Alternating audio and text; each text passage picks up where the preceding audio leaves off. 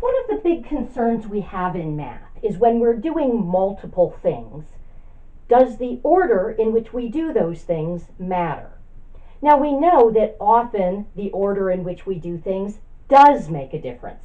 That's why we have the order of operations. We multiply before we add. We do parentheses before we do anything else. Okay? So sometimes order makes a big difference. On the other hand, sometimes order doesn't make a big difference. I know, for example, that 2 plus 3 is the same as 3 plus 2. I can change the order of those numbers and I get the same result. So we're going to start looking at some of the limit laws. The first 5 limit laws given in your text have to deal with us doing two things, an arithmetic operation and taking a limit. And they basically say that the order in which we do those two things doesn't matter as long as we're working with finite limits. So I've titled this as limit laws for finite limits. I don't think the book does a good enough job of emphasizing that these laws only hold for finite limits. So I say let's let the limit as x goes to a of f of x equal L1. By assigning a variable to that limit, I am indicating that that is a finite number. I would never assign a variable to take on a value of plus or minus infinity because those aren't actual values. Those are just symbols that indicate the behavior of something. It keeps getting bigger and bigger and bigger and gets arbitrarily big in either the positive or the negative direction, not it gets close to this value. And the limit as x goes to a of g of x, we're going to say is L2. Again, by assigning a variable to that, I'm indicating that that's a finite number. And then we're just going to let c be a real number. So this fancy R means the set of all real numbers. And that thing that looks like an E just says c is an element of that set, or c is in the set of real numbers. Okay. We're actually not going to need that constant c for rule 1, which is the one I want to start with, and what I have up here on the board. So here it says, if I want to take the limit as x approaches a of f of x plus g of x. So I'm adding two functions. And here, because that sum is in parentheses, I would add the two functions first and then take the limit. The law says that's equal to the limit of f of x plus the limit of g of x. In other words, I can take the limit of each piece first and then do the addition. So that's going to give me the number L1 plus the number L2. And that just reminds me that this holds only if these are finite numbers. The reason for that is that arithmetic operations like addition are only defined for finite numbers. Infinity plus something isn't a legitimate arithmetic problem. So this is basically saying that the arithmetic operation of addition and the calculus operation of taking a limit, those two operations commute with each other. The order in which I do them doesn't matter.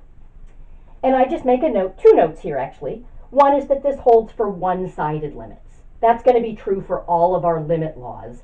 They hold for two-sided limits, but they also hold for one-sided limits. So I could replace this limit with a limit from the left or a limit from the right, and the law would still hold. And then I just remind you that they do not hold for infinite limits. So I want to just take a look at why this rule, this law, can be helpful for us. And basically it's because if I have something with two parts to it, I might want to use different techniques for evaluating those two parts. So let's say I wanted to take the limit as x approaches 0 of sine x plus x squared plus 2x over x. Now this is a sum of two functions. This is just a trig function. Sine of x is defined for all real numbers. So I know it's continuous everywhere. I could evaluate this part by just plugging in 0 for x. But this part doesn't have 0 in its domain, so I can't just plug in 0 to this piece. So here, I'm going to find it very helpful to take the limit of each piece first and then add the results.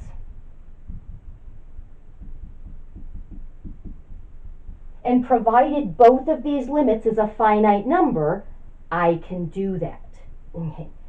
Now, this one we said sine is continuous at 0, so I can just evaluate that at 0 plus, now this one, the bottom would be going to 0, but so would the top.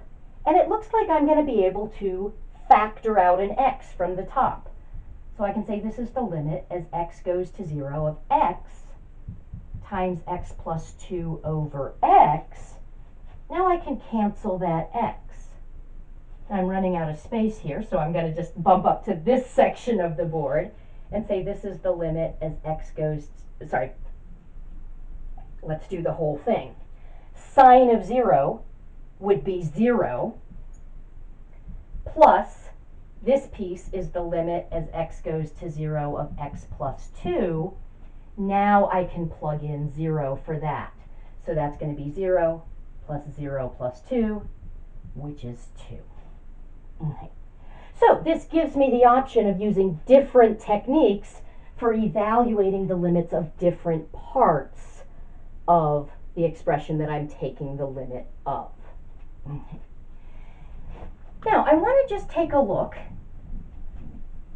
at what happens if I do get some infinite limits and how I would have to deal with that.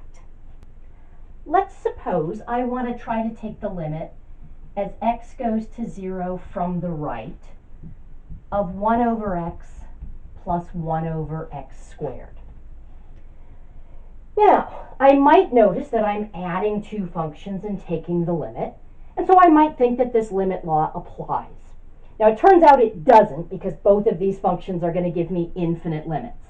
But let's pretend for a moment that we didn't notice that, and let's just see what goes wrong. So I might try to say this is the limit as x goes to 0 from the right of 1 over x, plus the limit as x goes to 0 from the right of 1 over x squared. Okay.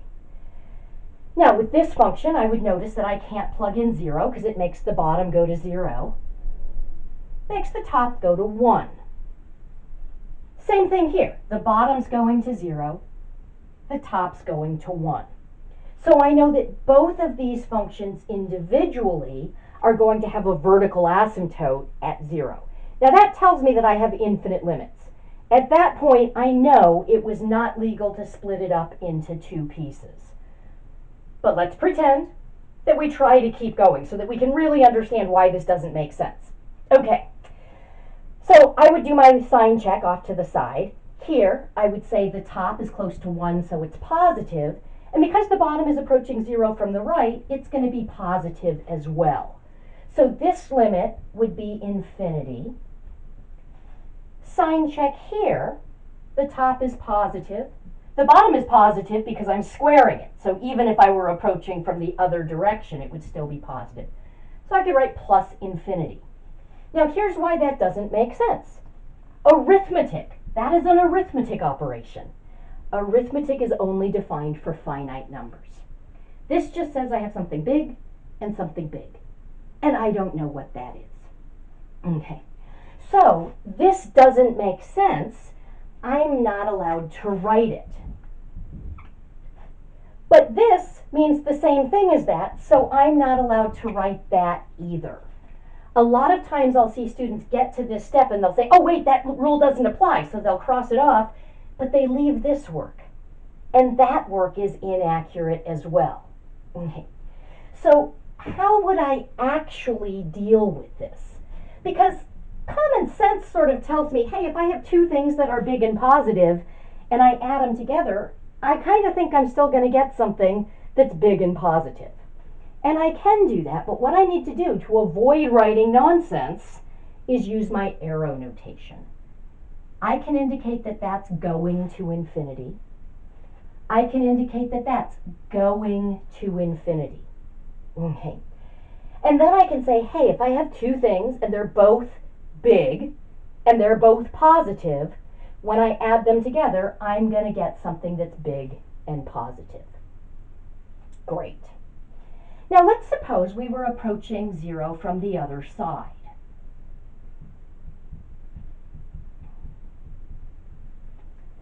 Now here, I know not to try to split this up because I know that I'm getting infinite limits. Now something sort of interesting happens. Here, this would be going to negative infinity, and this would be going to positive infinity. And here's where we can perhaps see a little bit better why arithmetic doesn't work for infinite quantities. If I just had a number, and I have the opposite of that number plus the number, I'm going to get 0. Because the opposite of a number and that number have the same absolute value. So when they have opposite signs, they just cancel each other out. These two infinities are not necessarily the same size. All this symbol is saying is that this function gets arbitrarily big and negative. This function gets arbitrarily big and positive. They don't necessarily get big at exactly the same rate. In fact, they get big at different rates. So the absolute value of the two pieces is not, in general, going to be the same. They're, in general, not going to cancel each other out. When I have quote-unquote infinity minus infinity, something big minus something big, I don't know what that is unless I know how big the pieces are. 1 trillion minus a billion. I think of that as something big minus something big. That's still going to give me something big. But a billion minus a trillion would give me something big and negative. It just depends how big the big things are. So here, I can't apply my limit law to split this up into two limits. I can use my arrow notation to indicate where each piece is going, but that doesn't allow me to then use common sense to figure out where the whole thing is going. What I can do is what this says to do. I can do the addition first and then take the limit. Okay, so if I were to do that, limit as x goes to 0 from the left, we had 1 over x plus 1 over x squared. In order to do the addition, I would need a common denominator. So let's multiply this fraction by 1 in the form of x over x. And then this becomes the limit as x goes to 0 from the left of x over x squared plus 1 over x squared, which is the limit as x goes to 0 from the left of x plus 1 all over x squared. Now, if I tried to plug in 0, the bottom would go to 0, the top would go to 1. So I can see I have a vertical asymptote.